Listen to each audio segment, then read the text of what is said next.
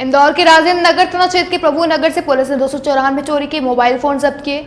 ये mobile phone Jitendra Baswani Johnny के कर्मचारी के घर से बरामद किए गए, जो कि इन मोबाइलों को छुपाकर रखता था। पुलिस ने आरोपी संदीप कश्यप के घर से भी चोरी के मोबाइल जब्त कर लिए हैं, जो कि नेपाल और अन्य देशों में बेचे जाते थे। उल्लेखनीय है कि इससे पहले रावजी बाजार पुलिस ने जितेंद्र उर्फ जॉनी से 700 से अधिक चोरी के मोबाइल जब्त किए थे। क्राइम ब्रांच अब इन मोबाइलों के IMEI नंबर के माध्यम से फरियादियों की पहचान कर रही है। अब कार्रवाई चोरी के मोबाइल माफिया पर कड़ी चोट साबित हो रही है।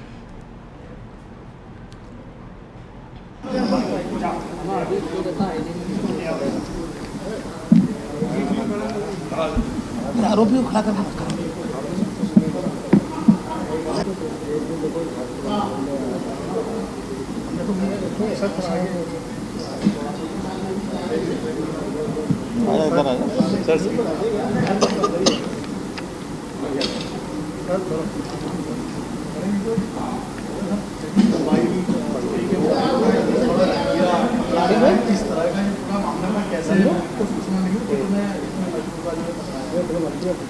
ये क्राइम ब्रांच में हमारे क्राइम की टीम को मुखबिर ने सूचना दी थी कि कुछ लोग चोरी का मोबाइल बेच रहे हैं।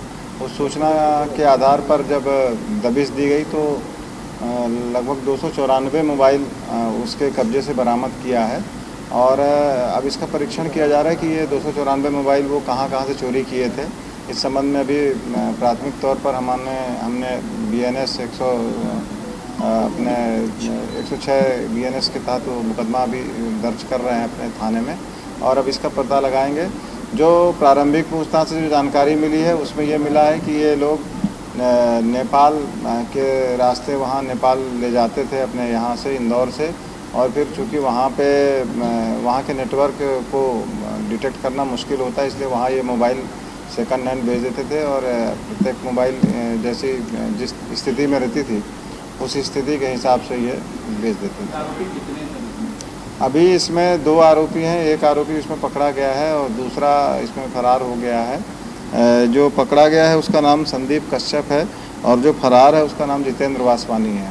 तो ये जो फरार आरोपी है उसको पकड़ने के लिए भी हमारी टीम लगी हुई है और हमें उम्मीद है कि हम और भी मोबाइल उससे रिकवर करेंगे। सर, पकड़े गए आरोपी की जानकारी कहाँ से नेपाल में जिसको देते थे फिर वहाँ से कहाँ आगे? नेपाल के रास्ते इनके नेटवर्क हैं और उसके ये पूरा नेटवर्क जैसे ये जो ले आए हैं मोबाइल, ये मुंबई से लेके आए हैं ज़्यादातर और अन्य प्रांतों से भी जहाँ चोरी हुए हैं। और ये इंदौर के रास्ते फिर नेपाल में भी इनके अन्य लोग हैं। जो एक मुख्य मुलजिम फरार है इसमें, उसके जानकारी में है कि वो नेपाल में किस व्यक्ति को देता था, तो अब इसलिए उसको पकड़ेंगे तब आगे का नेटवर्क और क्लियर है।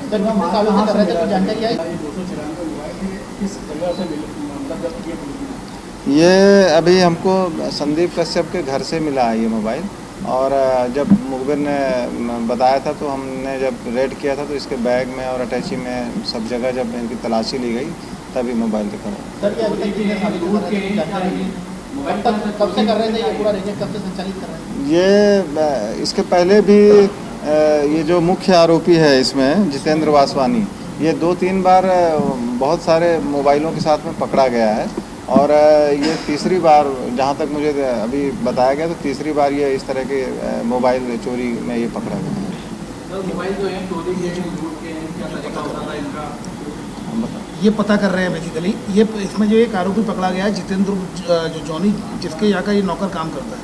जितेंद्र जॉनी रावजी बाजार में जो 700 लगभग मोबाइल मिले थे उसमें मास्टरमाइंड था, और जब अपन ने जब पकड़े थे उस समय लूट के भी कई मोबाइल मिले थे, चोरी के भी मिले थे। चूँकि अभी साहब के निर्देश पे लगातार इसमें कार्रवाई चल रही है। मोबाइल की IMEI सर्च किया जाकर ये पता करेंगे कहाँ के चोरी के फरियादियों को बुलाया जाएगा, तो उससे ये भी स्पष्ट होगा कि कितने लूट के और कितने चोरी के हैं। उस आधार पर FIR क्राइम ब्रांच में कराई जाएगी और जॉनी की भी तलाश कर रहे हैं।